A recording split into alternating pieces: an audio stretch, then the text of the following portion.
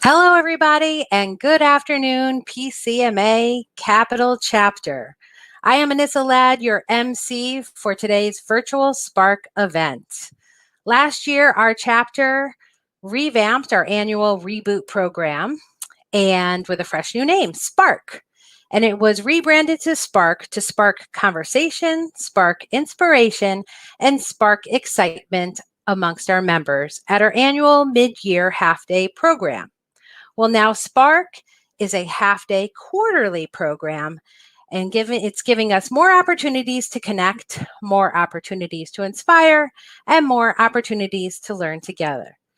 This is our second ever virtual Spark program, and we hope you enjoy the opportunity to experience another great virtual event on a new platform sponsored by our friends at Event EQ. Today, our event is focused on you and giving you all the tools you need to be the best professional self you can be.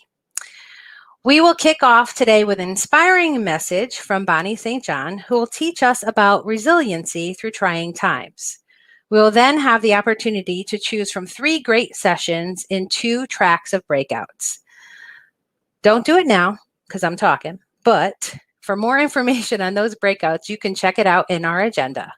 At the end of the session and before you go into those breakouts, you're all going to need to take a break with chair yoga to stretch and refresh. So that'll be right at the end of the general session. Finally, we're going to wrap up the day with some great networking by watching your colleagues compete in the very interesting game show. So come cheer your friends on as they compete for the title of Most Interesting Player, which is quite hard to do with the Capital Chapter, featuring Deirdre Daniel. We will get to know those playing the game, but more importantly, you may just learn something about yourself. So you don't want to miss this reception. There is something for everyone. Today, we're going to be using the Event Hive platform. We wanted to give you a few tips and tricks on how to make the platform and use this, make the most of your experience. We want you to approach this virtual journey as you would map out your physical experience at a live conference. Check out the lobby to access different breakout rooms. Check out the lounge to network with other attendees. You can join the sessions to chat and share your thoughts on the content. You can connect with colleagues at the sessions you're currently attending. You can also use the chat room to reach out to us if you have any questions or if you're having any issues along the way. We also encourage you to use and go to the visitors link through the lobby to learn more about our partners and how they've helped this event come together. There's also a PCMA Capital Chapter booth there for some resources from the chapter, including our community service project for today. Spend some time visiting our sponsor pages in the exhibitor section to see how their support can enhance your experience. And don't forget that the on-demand sessions are available for this conference 24/7 for your viewing pleasure for the next 90 days. So if you miss something, it's there for you. To hear more about this platform, I'd like to introduce you to BJ Singh, President and CEO of Event EQ, to share some information on everything we'll be seeing today. BJ? Hi, BJ. It's a long walk from the back of the hall to the front.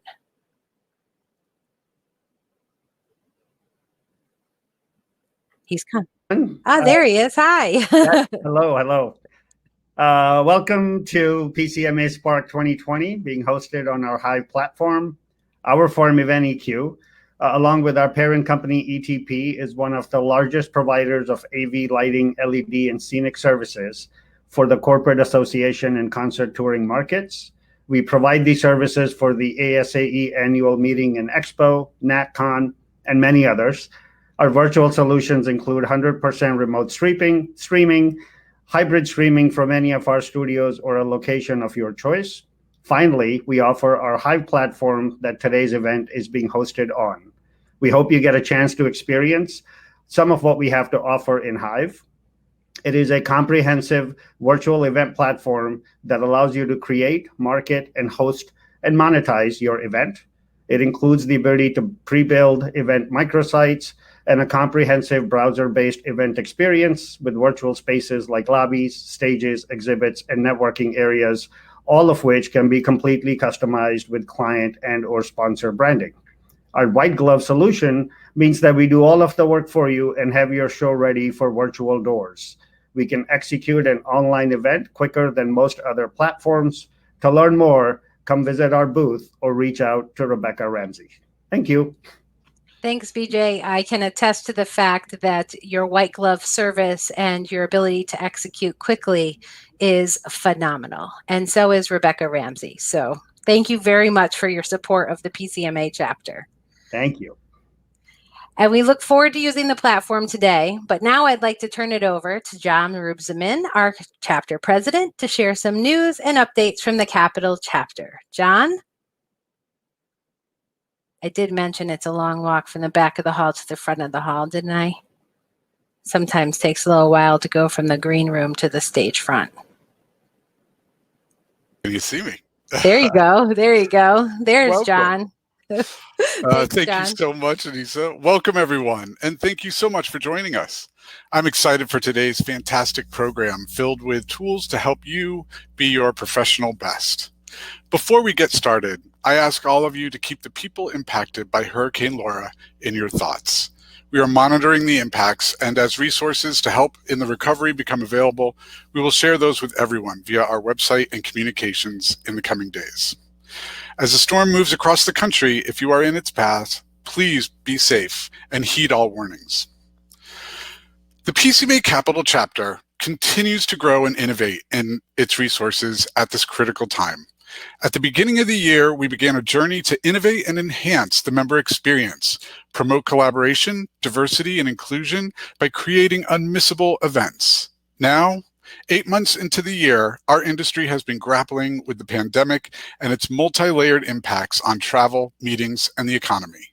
While this has affected all of us in unimaginable ways, we are beginning to see how amazingly resilient and creative our industry can be to weather the storm. This is particularly evident in the work and accomplishments achieved by our members and volunteers, and ensure PCMA Capital chapter is providing resources, education, and community to all when it is needed most. Our amazing volunteers and partners have never skipped a beat to ensure that we created new ways to connect and provide resources and content when we could no longer meet in person. Our professional development volunteers reimagined our content and by April 21st held our inaugural virtual Lunch and Learn program that had over 250 registrants. To date, we have presented 7 of these timely sessions that are part of our member benefits at no extra charge. All of this while still maintaining and reinventing our signature professional development schedule of half-day Spark events like the one we are having today. Thank you. They provide critical continuing education credits to maintain certifications, amazing thought leaders presenting on topics relevant to the needs of our members and industry, and they also serve as real-time demonstration of the innovative technology available for building virtual conventions and how to create engaging interactive experiences like the one scheduled today. This all would not be possible without amazing sponsors like Event EQ. On the topic of education, we are excited to announce 2 new Lunch and Learns for the month of September. Come join us for a casual discussion on hot topics in our industry. On September 10th, we will be discussing social selling and maintaining industry relationships during the pandemic.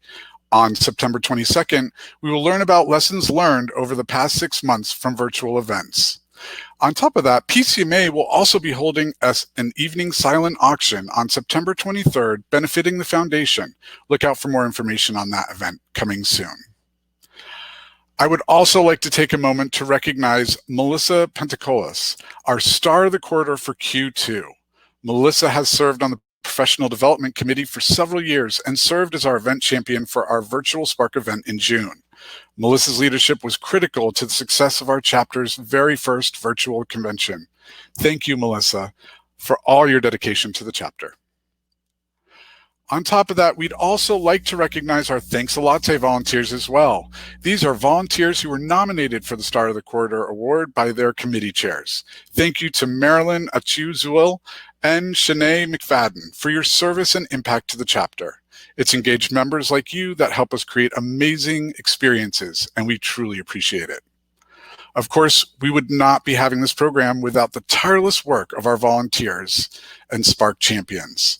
Big kudos to the team for swiftly moving to a virtual platform and refocusing our program to address timely industry topics. Please help me give a round of virtual applause to our Spark event champions. As our industry recovers from the impacts of the coronavirus, our chapter is here to support you. Our past president, Vicki Johnson, is leading the initiative to collect a list of chapter members who have been furloughed, laid off, and had their employment impacted by the virus. Vicki is keeping in touch with members who have been impacted to update contact information and provide resources to support one another. If you or someone you know has had their employment impacted, please feel free to reach out to Vicki, whose contact information is on the screen. And you can also reach out to the chapter directly through our website and emails to get connected and update your information. I am also proud to say that we have remained focused on our new strategic mission and vision to reimagine the chapter, take risks, innovate with technology, and grow our village through collaboration. There are two strategic goals that are critical to our success and ensure we build a diverse and inclusive community that brings all of our members to the table as a unified community. Our Diversity and Inclusion Task Force was assembled to build the foundation and ensure that we are actively providing opportunities for all to create and with the needs of our membership and in a safe and welcoming environment.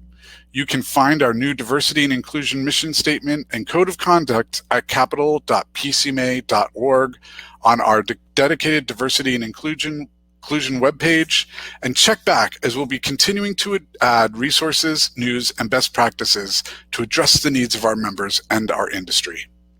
Actions speak louder than words, and diversity and inclusion needs to be evident for all demographics of the chapter. This includes the work of our Emerging Professional Committee. Students and the next generation of business event professionals are critical to the sustainability of the chapter and the industry. In these tough times, it is easy to be discouraged to enter the hospitality career in a time of uncertainty, but we must not give up. And we will show with the next generation that we are a resilient community with the ability to reinvent itself and adapt to any situation. Meetings are and always will be essential. I am proud of the work that Eric Kincaid and Samantha Grabari Starr and the Emerging Professionals team for promoting PCMA's student membership that is now complimentary and encouraging our student members to volunteer. On top of this, the committee is launching a new program called Connect Now, Career Coaching. That will help emerging professionals and students learn about the industry from our professional members and encourage and energize the next generation on how our industry will return to the essential mission of bringing people together and creating the future of our global economy. Our chapter is hard at work building for the future, and I am excited for our new innovations, resources, and products that are being developed and will launch in the coming months. Just last week, our volunteer leadership met to have a strategic brainstorming session to reimagine our chapter to meet the needs of the future. I encourage all of you to be a part of this exciting mission by volunteering with one of our committees and being active part of the industry recovery. Now, more than ever, we need to ensure that you and all our members are provided with the essential tools to sustain and return companies to growth, and to get our people back to what they do best in creating and providing unmissable experiences and events. That is the focus of today's program, and we hope you enjoy our speakers, engagement, and features, and this incredible virtual platform provided by EventKeyQ. As we come together to be our professional best, we are glad you are here, and thank you for your support of the Capital Chapter and PCMA. And thank you, John. There's certainly a lot going on, and I know there is a lot more to come this year. Yes, take care. You too. At this time, I'd like to take a moment to recognize our sponsors who helped make this event possible. Thank you to our annual sponsors, EPNAC, Freeman, and Perform Media.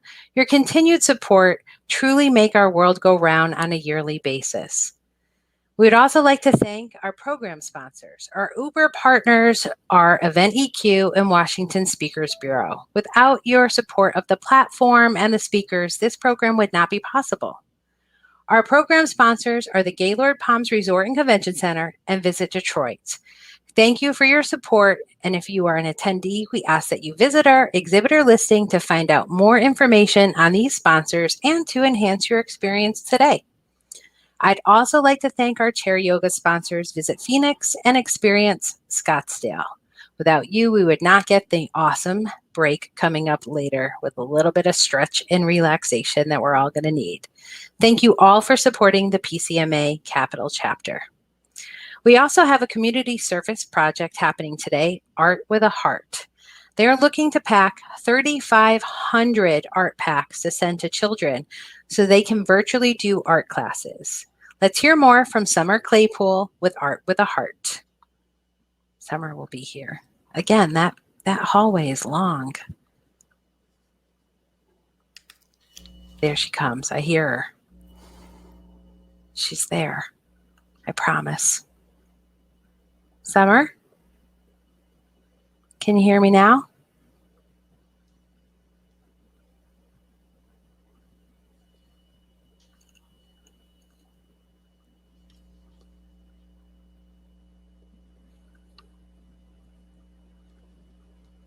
There she is. Summer, I can hear. I think your mic is on. I know I can't see you yet, but your mic is on. Can you hear me, Summer?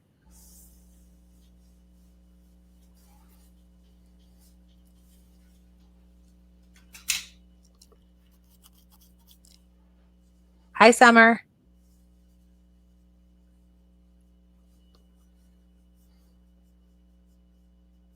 So Summer is the Director of Leadership and Engagement with Art with a Heart, and she took a moment yesterday to fill me in, and the project is absolutely amazing. These kids don't get a lot of the arts in where they are in Baltimore, and this project is just vast. And we have on our website for you and hopefully Summer will come in here soon. There she is. Hi, sorry for that delay. I appreciate the introduction, Anissa. Thank you so much. That's okay. You go ahead and I'll be right here when you need me at the end. Thanks, and hi everyone. Thanks for your time today as well. Anissa did a great job introducing Art with a Heart, and I'll tell you a little bit more about what our nonprofit is excited to do. Art with a Heart was founded in 2000 by our current executive director, Randy Pupkin. She left her law practice to bring engaging visual arts programming to underserved and underrepresented communities in Baltimore City.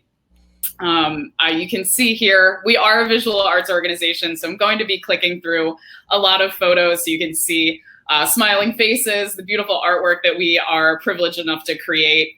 And I hope it will make you smile as well. So one of our core programs is our programming branch.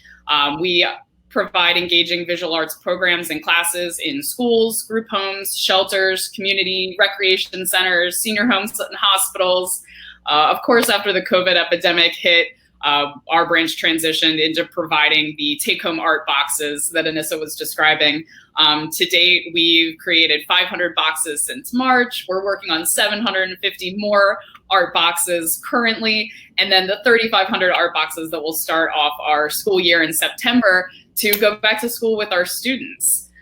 So it's been a big effort, and if you are feeling generous, we do have a wish list on our website, which will also be available for viewing and donating on this platform. If you have capacity, we really run on our donations and generous friends, so thanks in advance. I'd also like to tell you about our community service and public art branch. We've created over 300 large-scale mosaics, murals, and art installations around the Baltimore, Maryland community. You can see some of our installations here at the Ronald McDonald House, the Esperanza Center, and really all over. And we do this with the help of over 4,000 volunteers last year. We engage volunteers from ages 9 to 99, and they help us create these stunning art pieces. Some of them were installed during COVID, actually. Additionally, HeartWorks is our workforce development program HeartWorks engages opportunity youth, a lot of students and young people who have aged out of school and other services. So this program cultivates relationships with these students. It teaches job skills. This summer, their virtual programming focused on digital imaging skills like 3D printing, digital fabrication, graphic design, and they also create marketable art that's sold in our social enterprise retail store. The art that you see here is sold, and that's sold in Heartwares, and there are some of our students as well. They're beautiful art. Finally, the Art of Leadership is a team leadership program offered by Art with a Heart. It brings together a diverse group of students from across the Baltimore community, public school, private school, of all different, race, religion, personalities, every kind of different background you can imagine, with the hopes of creating honest conversation, community building, and exploration of social justice issues and experiential learning around Baltimore. You'll also see some of the public art pieces that we've created with our young leaders, and it's a privilege to be a part of that program as well. Wrapping us up, you'll see some of our big transition into take-home art kits and programming for students and volunteers to create at home. And finally, too, you'll see a 20th anniversary project of ours that will be installed in the coming fall. It'll be an 8-foot by 6-foot heart installed in downtown Baltimore to bring a little love to Baltimore. So thank you all for your time today, and I really appreciate the opportunity. Take care. Thanks so much, Summer. That is absolutely beautiful. And the PCMA Capital chapter members have very big hearts, so I'm sure we will be helping out a lot. So please go to the PCMA Capital chapter booth in the exhibit tab to learn more about Art with a Heart and check out the Amazon wish list. Now it is my pleasure to introduce today's keynote speaker, Bonnie St. John. Having her right leg amputated at age 5, Bonnie St. John became the first African American ever to win medals in a Winter Olympic competition, taking home a silver and 2 bronze medals in downhill events in the 1984 Paralympics in Innsbruck, Austria. In addition to her success as a Paralympic athlete, she is a best-selling author, a highly sought-after keynote speaker, a television and radio personality, a business owner, and a Fortune 500 leadership consultant. St. John's most recent book, Micro Resilience, Minor Shifts for Major Boosts in Focus, Drive, and Energy, outlines a quick and easy and immediately effective program of tools and techniques to give you a competitive edge in today's dynamic world of changes and challenges. Join me in welcoming Bonnie St. John. So welcome. Hi, I thought I'd walk up from the back of the room early. Thank you. Thank you very much. I appreciate that. I love that line. You are hilarious. That's great. Well, you enjoy. I cannot wait to hear you. Thank you so much. Thank you. I have to say, as I was getting ready to come here today and speak and just thinking about who you are as a group, I've probably met a lot of you at different conferences. I've been speaking at conferences for 25 years. And I've always appreciated what it takes to create a meeting that I can speak at. And I could never do your job in making all the details work. And, you work for a year and a half to create some of these conferences or more. And just such a labor of love and such an incredible expertise. And and it's not just about the food and the decorations and the agenda. It's about helping people collaborate and really come together and do something great. It's the backbone of our companies and our organizations and our world. And so I have such an appreciation for what you do and such a broken heart for what is happening in the industry now. And so many meetings have been canceled. I love seeing what you're doing with Event EQ here.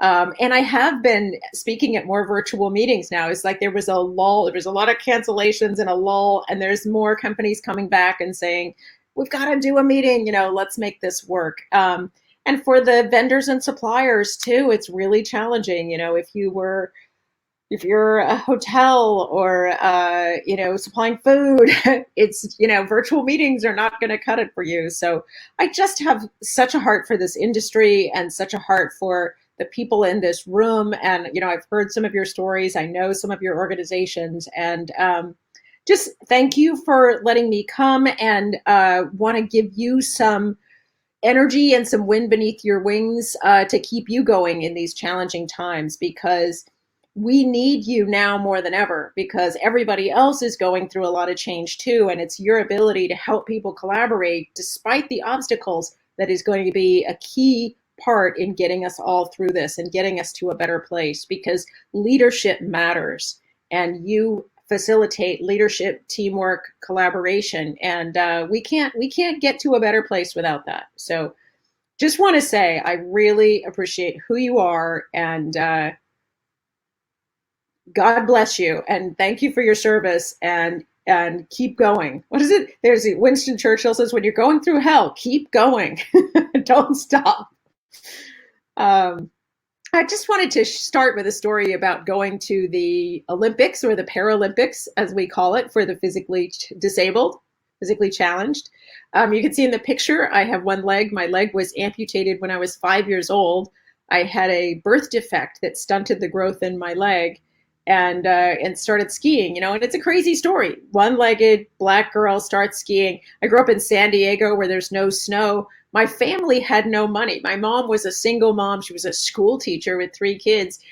Skiing with no money is really hard. People think skiing with one leg is hard. Skiing with no money is really hard. I had to raise money. I had to take odd jobs. But I finally made it on the team, which had been my dream for many years. And I was the 3rd ranked one-legged woman on the United States Paralympic ski team.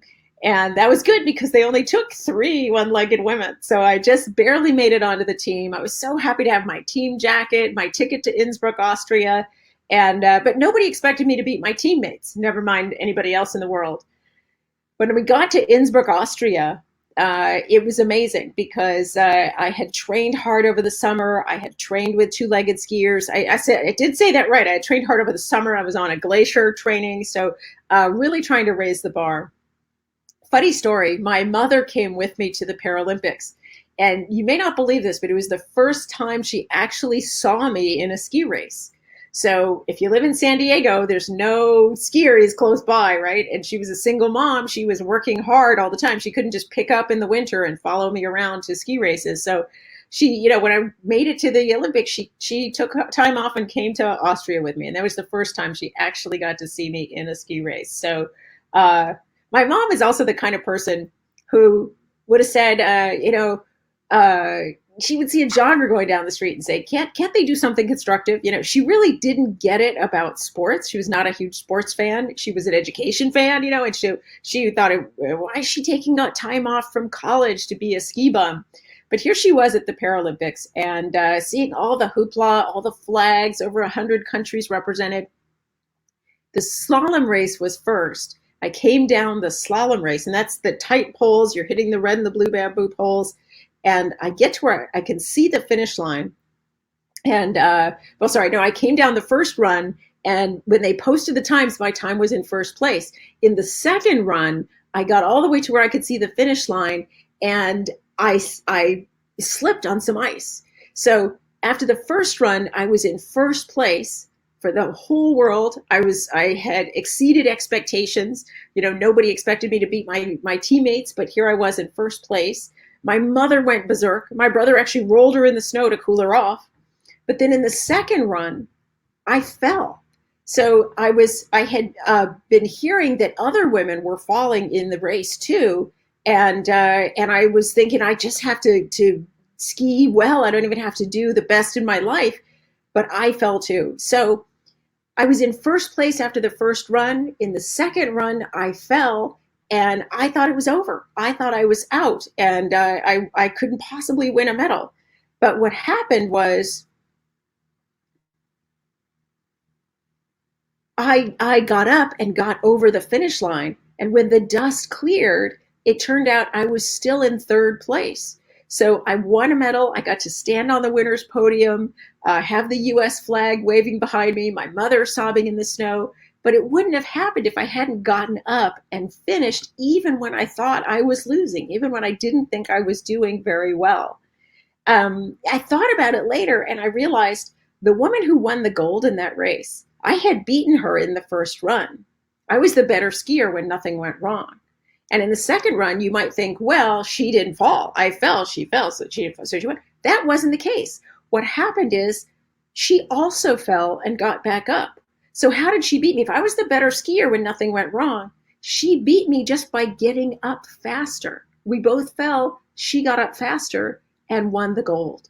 So I was actually quoted on a Starbucks cup. They had a special campaign they were doing where they were quoting real people on Starbucks cups.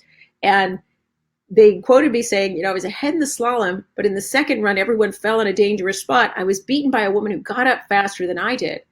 I learned that people fall down, winners get up, but sometimes the gold medal winner is just the person who gets up the fastest. It's about resilience. What's interesting, though, is if you look up resilience research, if you Google resilience research, you're going to see a lot of things about people who are down and out and are coming back. So abused children, or somebody coming back from cancer, or even a town coming back from a hurricane, which is such a poignant thing to say right now. We're going to be seeing a lot of that. But if you think of it almost mathematically, if you have a zero axis, it's people who are way below zero and they're trying to get back to zero, get back to normal. But that's not what this is about. This is about people skiing, people who've been training for years at the top of their game, world class, being knocked off balance and trying to compete and win. So it's about resilience at the top of your game, which is very different than being down and out, right? And so this is a better comparison, I think, or is why I wanted to share this story with you, is because you all are at the top of your game. You are, in DC, being the meetings planners in DC, that's the cream of the crop. You've got all the top associations in the country are located here. You host some of the biggest meetings, political meetings, all kinds of things. And so you are the cream of the crop of what you do. And you are being forced to be incredibly resilient right now, to have to find new technologies, to have to bring people together in new ways, both for your chapter and for your customers, your companies that you work with. So resilience at the top of your game is such an important concept, and it's different than just being resilient when you're down and out. Before I get into some of the research that we've done on resilience, I just want to say that for me, resilience is very personal too. It's not just about being at the Olympics and falling down and getting up. I've had to be resilient all my life. And having my leg amputated when I was 5, I had to learn how to walk all over again. That picture of me is the first day that I got out of the hospital. I had been in the hospital for 6 months. I'd been away from my family. But when I look at that picture, I see the shoes. That was my first pair of normal shoes that wasn't high top orthopedic shoes. They were blue suede shoes with red stitching. I could remember them so clearly. But that little kid, I grew up in San Diego, that little kid had never seen snow. So the idea of going out skiing was a crazy idea. I had not had a lot of money in my family, so nobody in my family went skiing. I had to be physically resilient. I had to learn how to walk all over again, as I said. I had to be mentally resilient to even think about skiing. There were no African Americans. I'm the first African American to win a Winter Olympic or Paralympic medal. So I had to be resilient in so many ways. One of the things you can't see there, though, is that I had to be resilient because I was abused as a child as well. And I say that because we all have so many things we're struggling with that you can't see. It's easy to look at my leg and go, oh, that's a big deal, or say, oh, she's Black, she has to deal with certain things for that. But we all have things we can't see as well. And I have to say, I have someone in my family who's bipolar as well and has addiction issues. And that is something in quarantine. You can look it up. There's a lot of studies showing that people are really struggling in quarantine because the normal supports aren't there. And so it is something we ought to be paying attention to too, is what are the challenges? What is it we have to be resilient around that we can't see? So many things in the current environment. Paralympics is a great metaphor for being able to be resilient in these crazy times. The whole essence of Paralympics is being comfortable with being uncomfortable, is finding excellence even when things aren't perfect. No matter the different sports that we compete in, both summer and winter, the equipment isn't designed for us. You have to rejigger the equipment. You have to find new ways to do things. You have to be very, very adaptable. Even, I've got the 2020 Paralympic logo there for Tokyo. I think they're going to run it in 2021. I think that's the current plan. They're going to have to pivot. They might have to pivot again. And so we all have to be incredibly flexible to be able to do what we need to do at a world-class level.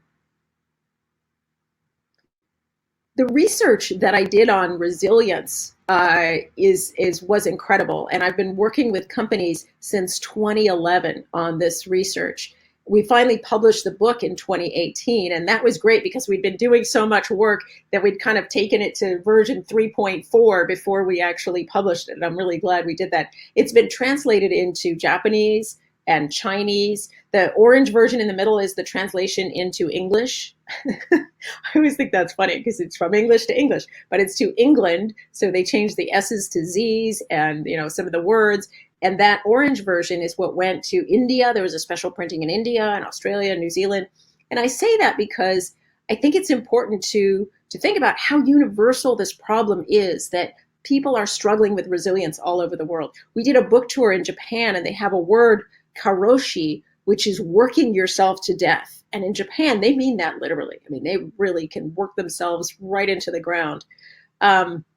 It's such a challenge. And now with the pandemic, we're having to pivot and change things around, work at home with our kids at home, our spouse. I know one couple that was in a studio apartment, and suddenly they're both working at home on Zoom. One had to go in the walk-in closet and do their Zooms while the other one's in the living room.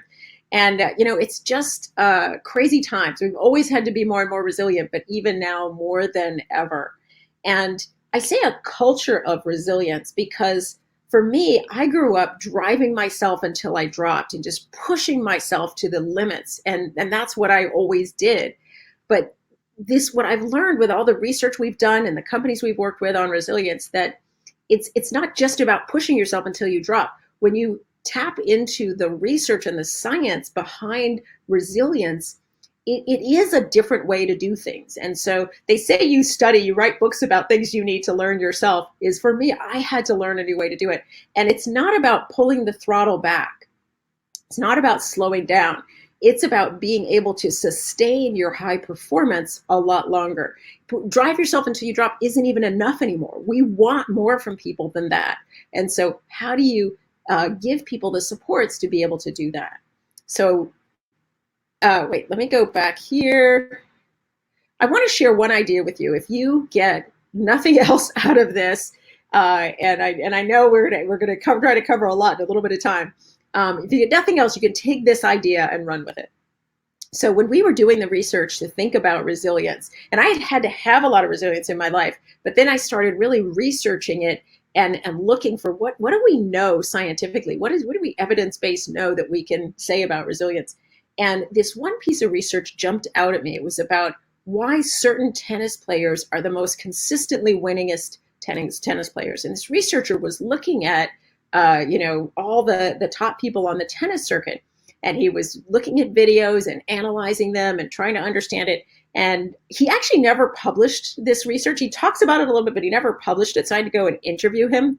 And he said, Bonnie, I couldn't see any common factor in that top group of people. Yeah, sure, somebody serves faster or runs faster. They have different skills, but he was looking for the common factor that puts you in that group that is always most consistently winning. And he said, I couldn't see anything until I started looking at what they did between the points. And he said, Bonnie, people thought I was crazy because I was analyzing tennis players not playing tennis to try to understand why they were so consistently winning. And he found that there were little things they did between the volleys that helped them regain their focus, drive, and energy and go into the next point stronger. And, it was little things like putting your racket in your other hand, not getting distracted by the crowd. And then he interviewed them to find out what their self-talk was. He put heart rate monitors on them and saw that they were able to get their heart rate to an optimal level faster. And so this is great for the tennis players, but how do you make that same concept apply to the rest of us if we're not playing tennis? What are the tiny hacks that we can use between our meetings, between all the things we're doing during the course of a day now that can help us to keep our focus, drive, and energy stronger. What's interesting about this metaphor too is that if you think about it, if you have two tennis players and they start with the same level of tennis skills, but they're playing a match, and during the match, if one of them is regaining their energy and their focus and their drive in between each volley and the other one isn't, even if they started at the same level, by the end, one would be walking all over the other. And so this is the meta skill that cuts across all other skills. So we started researching, what are the ways that the rest of us who are working in offices or working with our families, working in our communities, what are the hacks that we can use, the tiny micro hacks. So that's why we coined the term micro resilience is, yeah, sure, you can look at resilience in general. There's a lot of research about it too, is, get enough sleep, eat right, exercise, and all of those things will make you more resilient. But this idea that there are these tiny little things you can do that also help you is something that we tend to be less familiar with. And so there's an opportunity for return on investment there by looking at these little things we can do. So we curated the research we did into these 5 areas. We looked at physiology, neuroscience, psychoneuroimmunology, positive psychology out of the University of Pennsylvania. I read a lot of papers and interviewed a lot of people, and we curated what we learned into these 5 areas. Things that help your brain be more, less exhausted, resetting your primitive alarms. We get our fight or flight and our adrenaline going, and that can waste a lot of energy, and it can definitely make it harder to focus. The yellow square represents things that help us pivot to the positive. We instinctually, our wiring is such that we tend to go to the negative a lot faster than we go to the positive. We're wired to survive. Prehistoric man is more likely to worry about being attacked than to worry about, I'm going to eat these berries. So we tend to pivot to the negative faster. The green one, I'm not going to give as many examples for today, but it's just about keeping your metabolism more even. That when your metabolism is all over the place, it tends to make all of these other things harder. The last one, the blue one, is about tapping into the power of purpose and spirit also to be able to keep your focus, drive, and energy up. So I'm going to give a few examples of practical things you can do. In the book, there's, I think, about 20 different hacks. So I can just give a few examples today. If you connect with me on social media, we're often sharing hacks and sharing information and things like that too, so I can give you more. I want to give you guys all the support that I can.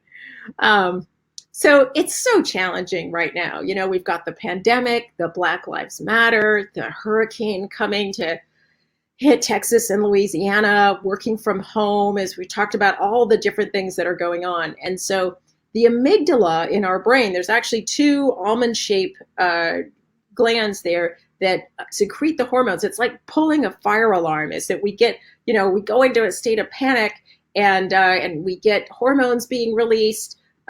There's a whole reaction that we have. It's a sudden, strong physiological reaction. It's not just an emotional reaction. It's a physiological process that's happening in our body.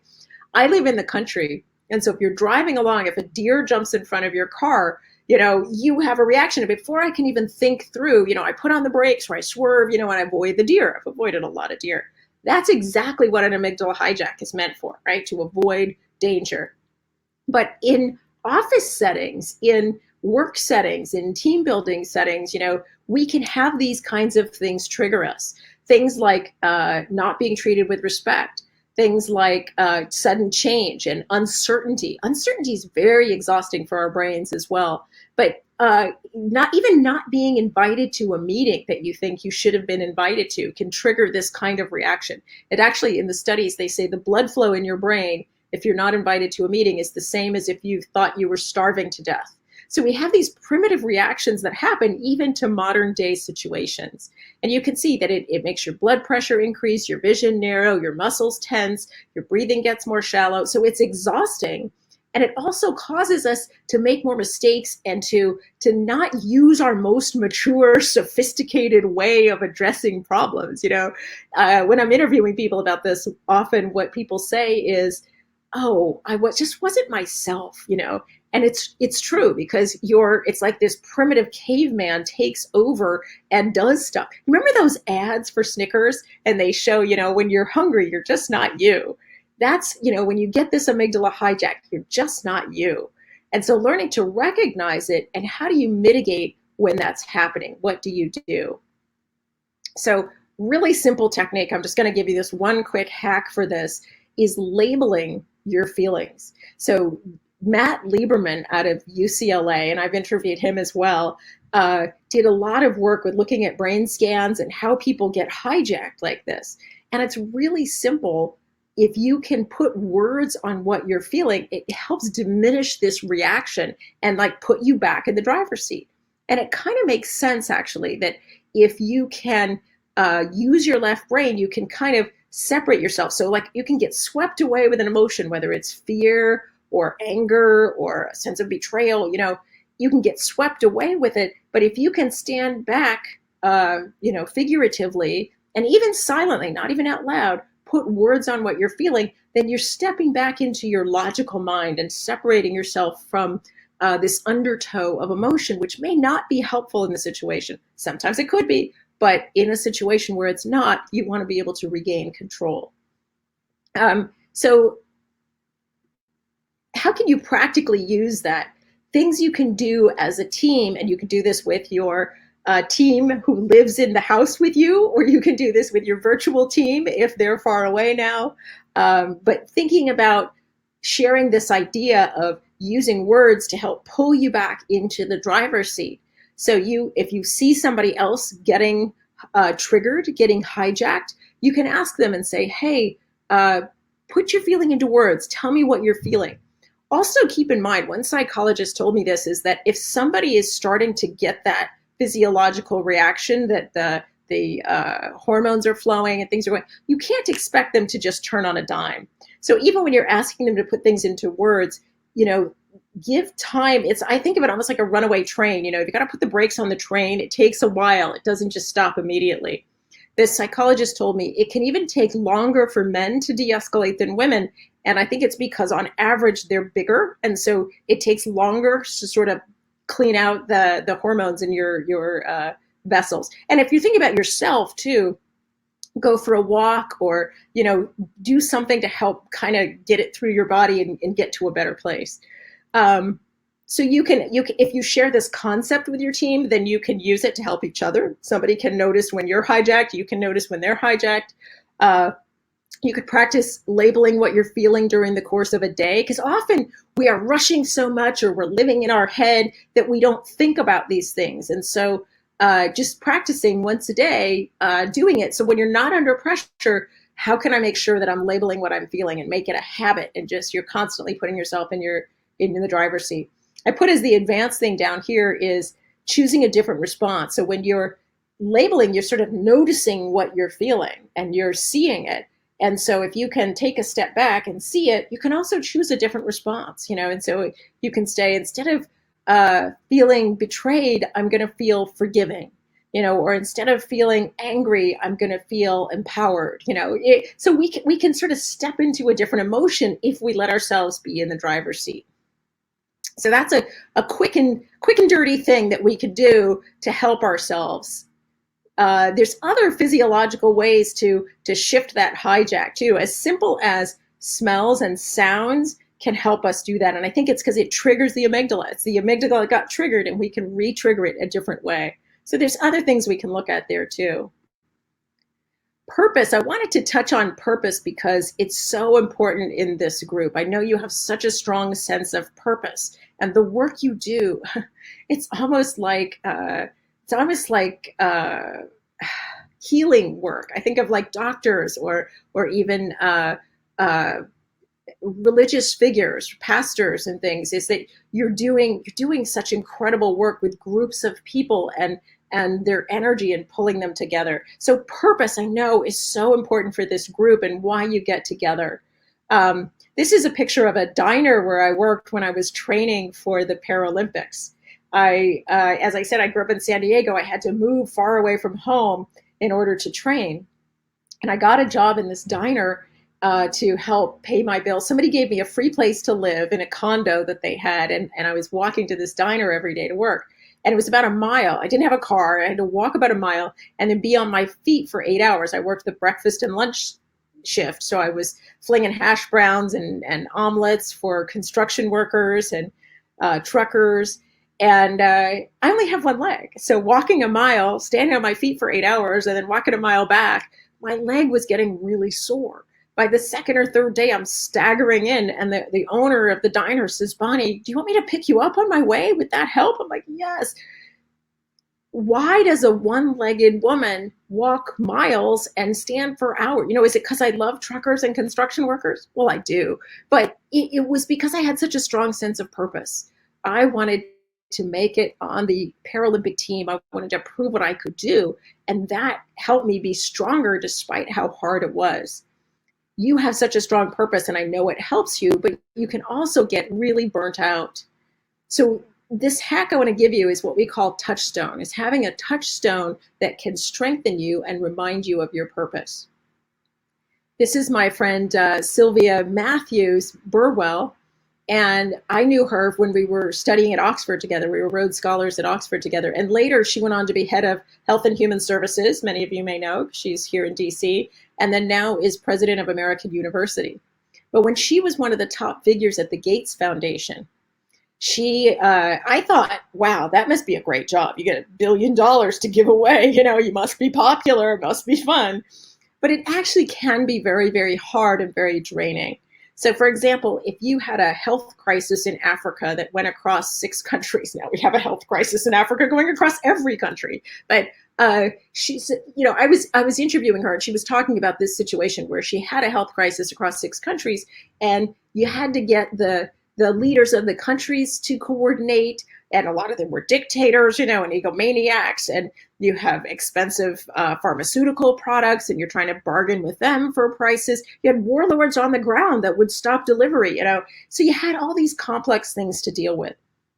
So she said, what I did was I put a picture of a 10-year-old girl in Africa on our conference room wall. So when I got my team together and we're rolling up our sleeves, sometimes you have to think about solutions where you can only solve 20% of the problem for 80% of the people, or 80% of the problem, but for only 20% of the people. And you've got to make these tough choices.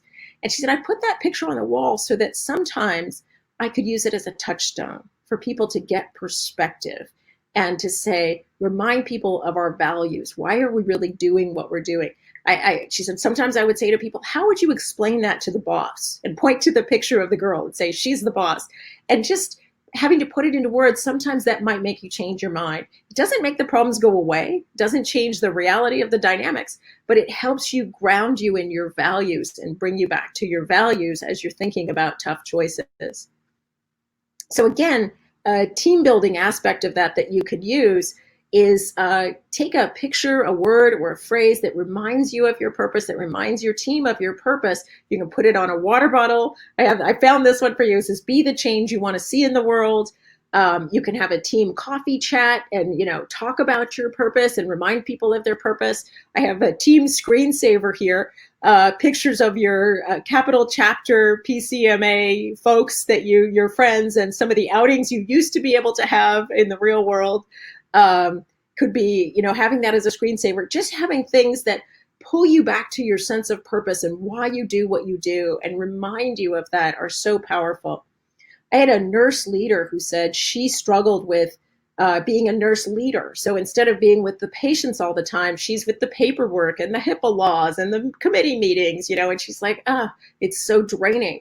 And thinking about this, she decided, I'm going to come to work 15 minutes earlier. This, again, when we were coming to work, although in hospital settings, they still have to go. She said, I'll come 15 minutes earlier and just walk around the wards, check on the patients, have conversations, because that's going to give me energy, because it reminds me of my purpose and passion, why I do what I do. So renew your spirit could be something you do as an individual or something you do as a team. So I know we have to wrap up soon. If people have questions, do we have a lot of questions in the chat? I don't think I have any questions. We don't have any questions. Well, you can start putting questions. I'm gonna say one thing in the handout. I'm giving you a special thing that is about building a first aid kit for your attitude. So we came up with this concept of, again, how do we pivot ourselves to the positive? And there's so many things that can suck us to the negative right now. So we have a first aid kit for cuts or burns. We don't know when they're going to happen, but we're prepared. Why not be prepared with a first aid kit for your attitude? And what you put in it really depends on you. What is going to help you shift your attitude to the positive? In the middle here is 3 bottles of sand. It says Jamaica, Grand Cayman, and Cozumel. So somebody sent me that picture who they love going to the beach. They've been on beach vacations, and so they can put that on their desk as a reminder, to help them shift into the positive, something that can remind them of positive times. I put the phones down there because you can even do it in your phone. You can have a list of quotes. You can have thank you notes from clients, from coworkers, times when you feel like nobody remembers, how great you are. Go look at the thank you notes that you've received. Up here on the right, my company, Blue Circle, we have a joy kit that's a shared photo album. And so you can see that people have pictures of their kids on their anniversary. Somebody put a picture from their wedding 10 years ago. We get to really inspire each other with pictures and fun things, even though we're far apart. That shared album gives us an opportunity to share our joy going on. My mother passed away about 10 years ago. And so one of the things in my joy kit is a note that she wrote to me that says, cherish yourself. And it was with a little sachet, a scented sachet that was so great. She lived such a hard life. And I've, in many ways, lived a hard life too, with abuse and having my leg amputated. That note telling me cherish yourself is one of those things in the moment when, we're letting something ruin our attitude, to remind us to be strong. Somebody once said to me, we were talking about this, and they said, yeah, did you have a bad day, or did you just have a bad 10 minutes that you let ruin the rest of your day? Just like the tennis players have to pivot between the points and keep their attitude positive for the next shot, we need to pivot between the meetings and the crises, the personal crises and the work crises, and be able to pivot and go into the next thing strong and positive. Hi, Ms. St. John. Yes. Do we have a question? We have a question from Nicole Asher. She asked, do you have any tips on situations where your colleague, who is your friend and peer, has now become your boss due to organizational change? I'm sure there's a lot more background there and complexity, and so it'd be hard to say without knowing more about the context. She added as an example, reworking boundaries of uncomfortable conversations. Yeah, and I think it is challenging for that person as much as for you, right? Because if they're going to be boss over a number of people, they can't sort of be your best friend and a boss over everybody else. So they do have to rework their boundaries. And, it might be helpful to have a real conversation about it, about how can I help you? How can I be supportive? And, maybe that situation, it doesn't have to persist forever. If you can, maybe that person can help you move to a different place where you can be in charge of a different group. So I think you can certainly have some positive situations about it, positive conversations, and be intentional about it as well. You can certainly have a joy kit for times when you feel down. But being able to pivot to the positive. Okay, thank you for that. And Sheila Neal asked, she says, your presentation was so timely in this environment, and many of us who are passionate about our purpose. Today, we're still working and feel a remorse for those in the industry who have lost their jobs, and how do they manage those feelings and still keep your drive? Right. And staying positive when you're out of work, and it's a time when in your industry, it's so hard to find another job. I'm not sure what the question was. How do you help those people? Yeah. How do you manage the feelings and still keep your drive? If you're unemployed or other people. So let me just say about if you are unemployed, because I know a lot of people are in that situation. A joy kit's really not enough for that, right? I mean, this is sort of for minor things that you need to pivot on. But being unemployed, it can be so difficult. I remember when the financial crisis hit in 2008, And in New York City, so many people lost their jobs. If you were working at a financial firm in New York City, so many people were laid off, and the odds of finding another good job like that were really low. And I remember one person decided to do something completely different. And she went and worked for a charity in Nicaragua, actually. And, she thought, what, I'll just do this for a while. And then when things come back, I can go back to doing a job more like what I used to do. But instead of just mourning what I can't have, let me do something that I really care about, that I can do. And I don't know if that's a helpful suggestion for some people too, is to look at, can you get a job in some of the areas where they need a lot more people right now, as opposed to just mourning the fact that you can't have the same job that you had, knowing that this industry is going to come back and it's going to be a growth industry. And we will come back strong, but maybe do something that feeds your heart and your soul for a little while. Oh, thank you for that. That's all the questions we have, and I believe that's all the time we have. It's 2:00. Well, can I tell one last story or no? Anissa, do we have time for one last story? I don't want to say no because I want to hear the story. Is it a quick story? Okay, well, I'll be really quick. Okay. I'll be really quick. So one of my coaches was Warren Witherell, and he was more than a coach. He was a game changer, and he built so many champions over time. I got a full scholarship to go to his school. 20 years later, he asked me to come and speak at another school that he was at.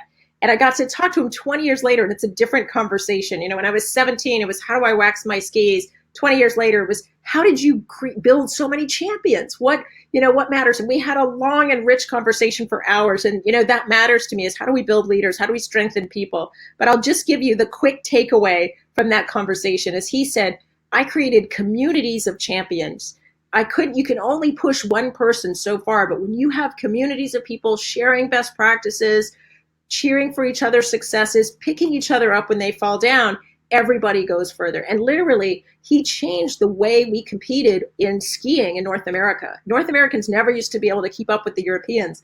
But ever since he founded Work Mountain Academy, we've had people like Michaela Schifrin competing. So he was a game changer. He was a champion builder. He strengthened all of us. He strengthened the American ski effort. And this community of champions through PCMA is such an important thing for such a time as this.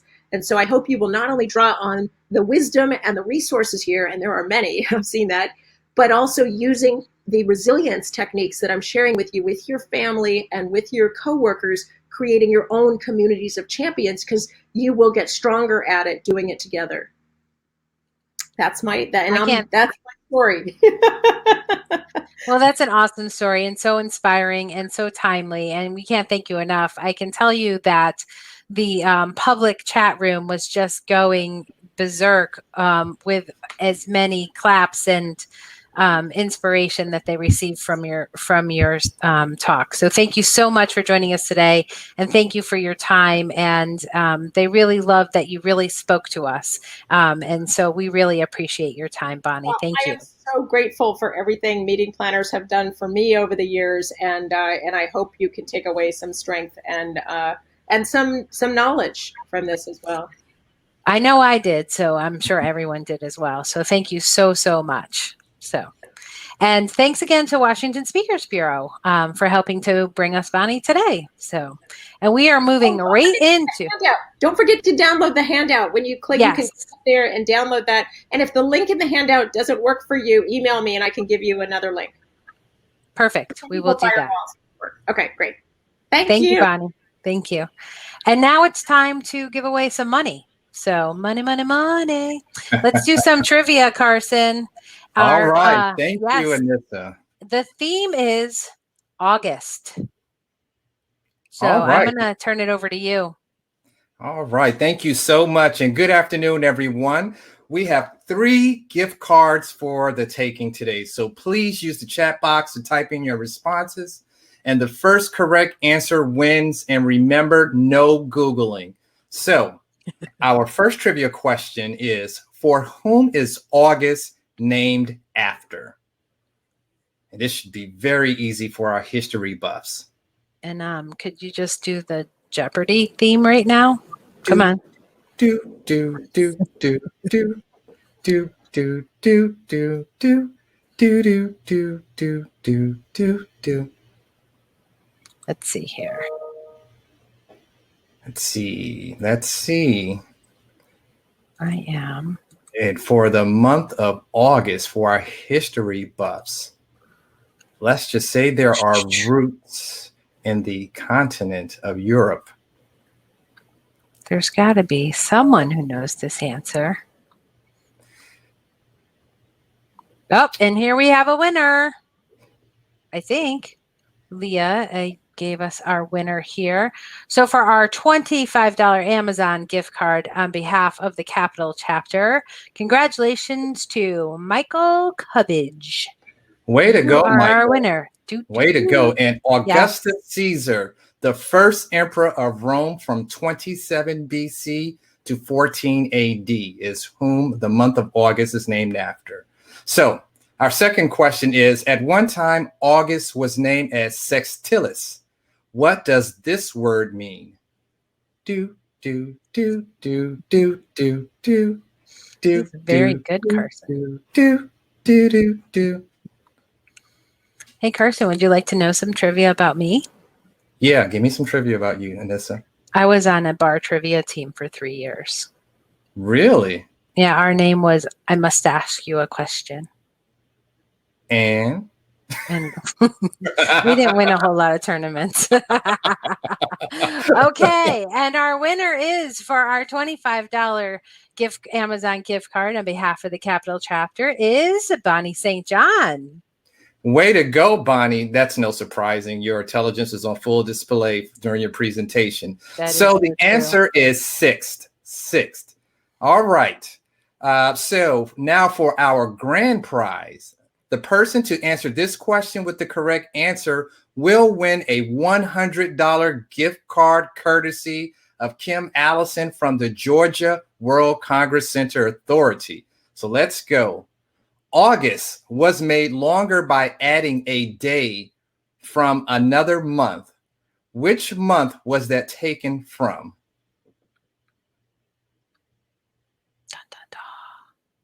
I think you should give us some Carson trivia now. Let's see some Carson trivia. In which stadium in the Northeast of the United States did I have an opportunity to perform in front of 45,000 people? What? That's way more fun than bar trivia. That should be easy. That's an easy one. I'll give you a hint. We'll go for it because we have a winner. So, all right, who's the winner? No, give me time. Now I need to know your trivia answer.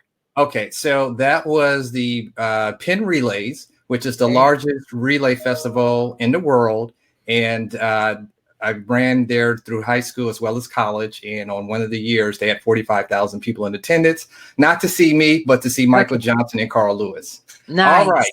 So and our winner for the $100 gift card is Mary Pat Cornett. Congratulations, Mary. Way to go, Mary. Yes, we're going to move straight into our yoga stretch video, and I'm not going to tell you how I know this, but if you're in a wheelie chair, you might want to change your chairs for this next up chair yoga stretch. So thank you to Visit Phoenix and Experience Scottsdale for sponsoring the chair yoga. After the stretch, we're going to go into the breakout rooms for your next 2 track sessions. So click the breakout link in the lobby to join the session of your choice. And all sessions are being recorded and will be available on the Event EQ platform for 90 days. So you can catch up on any concurrent session you miss after the fact. Now let's begin the chair yoga break. Thank you. Hello and welcome to this chair yoga to provide you with energy, relaxation, and focus on your... Hello and welcome to this chair yoga to provide you with energy, relaxation, and focus on your journey forward. Hello and welcome to this chair yoga to provide... Hello and welcome to this chair yoga to provide you with energy, relaxation, and focus on your journey forward. I'm Shawn Bradford and I will be your teacher for this 15-minute session. We will start with a little bit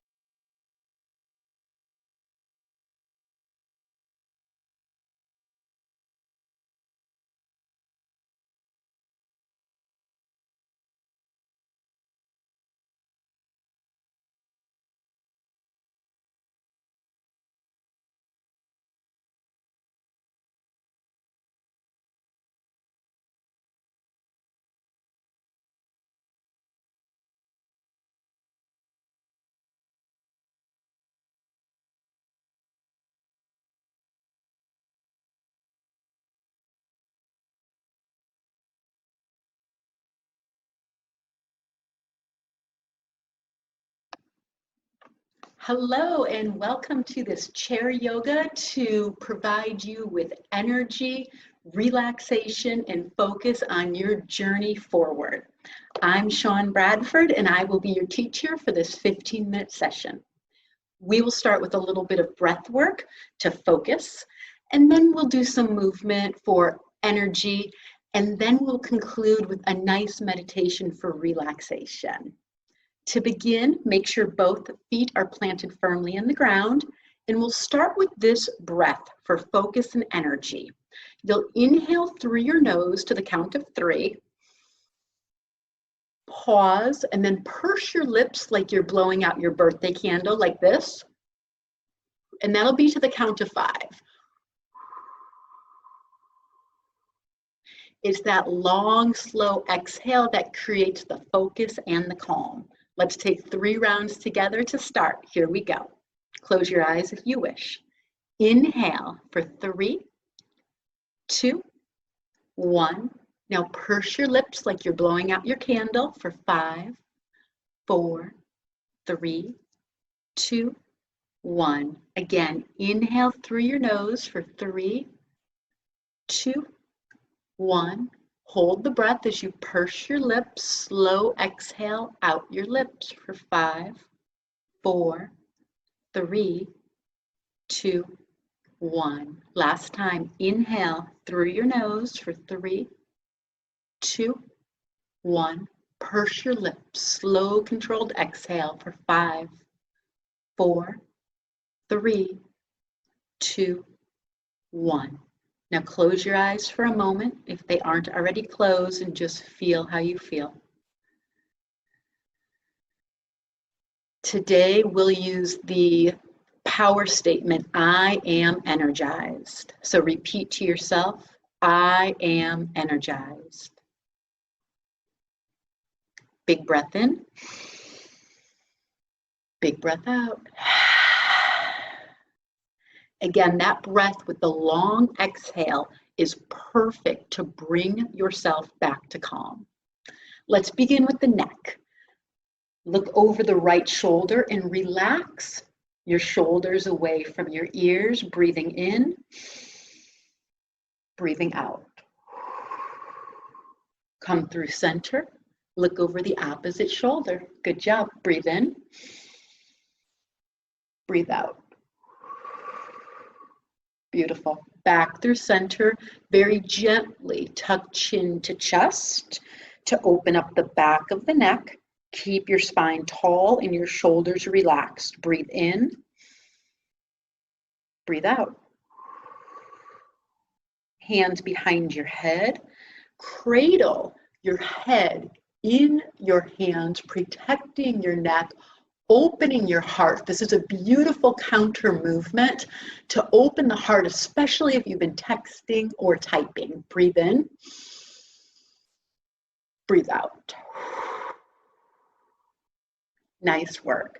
Bring your hands down to your thighs, and now we'll do shoulder rolls. Oftentimes we hold so much tension in our shoulders. So imagine as we're moving through these shoulder rolls that you're just letting that tension drip away and drain away from your shoulders. You don't need to hold it. Here we go. Inhale, shoulders up. Exhale, roll the shoulders down. Good job. Keep it flowing. Inhale, shoulders up. Exhale, shoulders down. You've got it. Let's keep that going. Inhale. Exhale. Nice work. Inhale. Exhale. Good. Keep this flowing. You're doing great. Inhale. Exhale. About 5 more. Anytime we're connecting movement with breath, you are practicing yoga. It's that union of movement, the body, with union of breath. So combining breath and movement, that is the practice of yoga. Let's take 3 more. Inhale. Exhale. Inhale. Exhale. Inhale. Exhale. Nice work. Let's learn another flow to bring energy into the body. Inhale, stretch, open up, really open and spread the fingertips to release the palms. Exhale, hands come to heart center. Great work. Here we go. Inhale. Exhale. Beautiful. About 5 more. Inhale. Maybe your gaze follows your fingertips. Exhale, bringing energy into the body. So inhale, stretch, reach out of your waist, long spine. Exhale, hands to heart center. Few more. Inhale, nice and tall, stretching the spine. Exhale, hands to heart center. 2 more. You're doing so good. Inhale. Exhale. 1 more. Inhale. Exhale. Hands heart center and repeat silently. I am energized. And feel how you feel. So good. Now we'll move on to spinal flex. This is so good to keep your spine healthy, youthful, and flexible. So hands are on your thighs, tall in your spine, relax your shoulders, and inhale. Open the heart, open the throat, really bringing energy to the upper body, releasing. Exhale, pull the belly to the spine. This is your cat pose, really arching the back. This should feel delicious on the low back. Let's keep this one flowing. Inhale, open your heart. Exhale, pull your belly to your spine, round your back. Nice work, everyone. Let's keep this flowing. About 5 more. Inhale, open the heart. Exhale, pull your belly to your spine. So good. Again, inhale, open your heart, open your throat, look up. Exhale, belly to spine, round your back, release your low back. 3 more. Inhale, feels so good, doesn't it? Exhale, there you go. 2 more. Inhale. Pay attention to your breath. Exhale. 1 more. Inhale. Exhale. Nice work. Come back to center. Make sure those shoulders are relaxed away from the ear. And now you're going to twist. Twists are such a beautiful way to bring energy to the body, get your blood flowing, and really bring focus to your day. Let's bring the hands to the head, and we're going to twist right to left, breathing right to left. Here we go. Inhale. Exhale. Good. Inhale. Exhale. Good. Inhale. Exhale. Nice work. Let's keep this flowing. Inhale. Exhale. Inhale. Exhale. 3 more rounds. Inhale. This is releasing the spine as well on the side, bringing energy to the body, and feel that blood flowing. 1 more round. Inhale. Exhale. Good job. Go ahead and shake it out. Release any stress that's accumulated. Such good work. All right, let's do 1 more flow here. Now, this one is called a seated sun salutation. This is really going to work all of your body. We're going to bring a few things together. So inhale, the hands all the way up, spread those fingers. Now this time as you exhale, the hands to heart center, you will also lean forward, bringing your chest on your thighs. Your hands are touching the ground. Release the low back. Good. Now inhale all the way back up, stretch towards the ceiling. Very good. Exhale, hands through heart center. You've got it. Let's repeat. Inhale, rise and stretch, really bringing energy in. Exhale, fold it forward. Your chest on your thighs. Maybe your head gently drops. Release that low back. This should feel delightful. A few more times. Inhale, reach for the sky. You've got it. Exhale, fold forward. Nice work. Let's do 2 more. Here we go. Inhale, reach and stretch. Nice. Exhale, fold it forward. Beautiful. 1 more. Inhale, reach and rise. And then exhale, fold forward. Now stay low for a second. Stay low. Maybe let the head hang free. Good, stay low. Let your head hang free and maybe sway side to side. This is releasing low back, and let's take a big breath together. A nice big inhale. Nice big exhale. Good. Reach up, rise for the ceiling, and then shake those hands out. Any stress that you've pulled up, any tension, let it go. All right, one more, and then we're gonna move to our body scan meditation. So this, we're gonna clasp the hands together, and it's going to look like this. It'll be an inhale. You'll reach your hands up to the ceiling. So you're taking your palms in front of you, taking those palms towards the ceiling. Again, this is a little back bend to open the heart. And then exhale, bring the palms towards me, belly to the spine. This is another version of cat, really to release that low back. Let's do 4 more. Inhale, open the heart. Oh, so good. Open the spine. Exhale, push your hands towards me, belly to spine, round your back. You've got it. Again, inhale, stretch tall. Exhale, belly to spine, round. Let's do 2 more. Inhale, stretch and reach for the ceiling. Bring that energy in. Exhale, relax and release that low back. Nice work. 1 more. Inhale.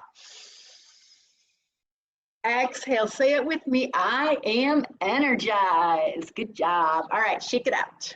Nice work. So you should be feeling that energy coursing through your body. You should feel that focus. And now let's bring in a relaxing meditation.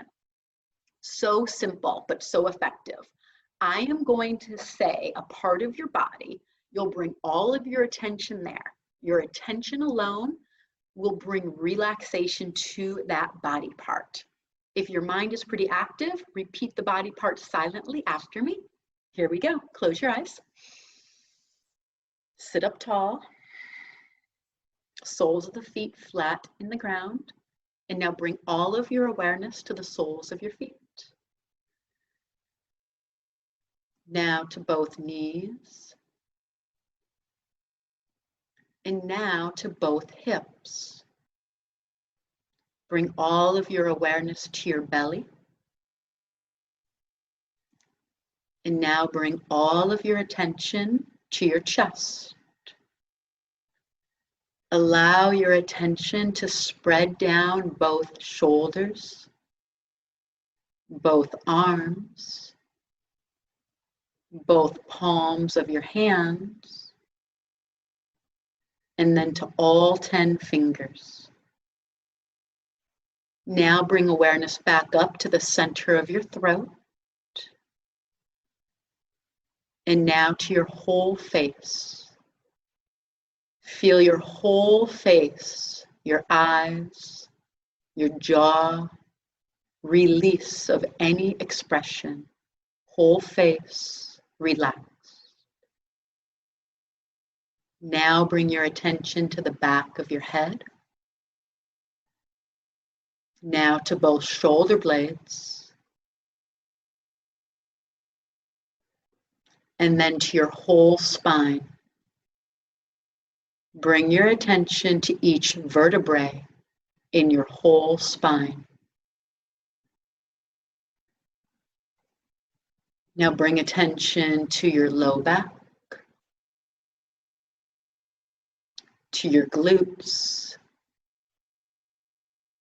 to the back of your thighs, the back of your knees, your calves, and then to the soles of your feet. Now bring awareness to your whole body. Awareness to your whole body is one. And repeat silently, I am energized.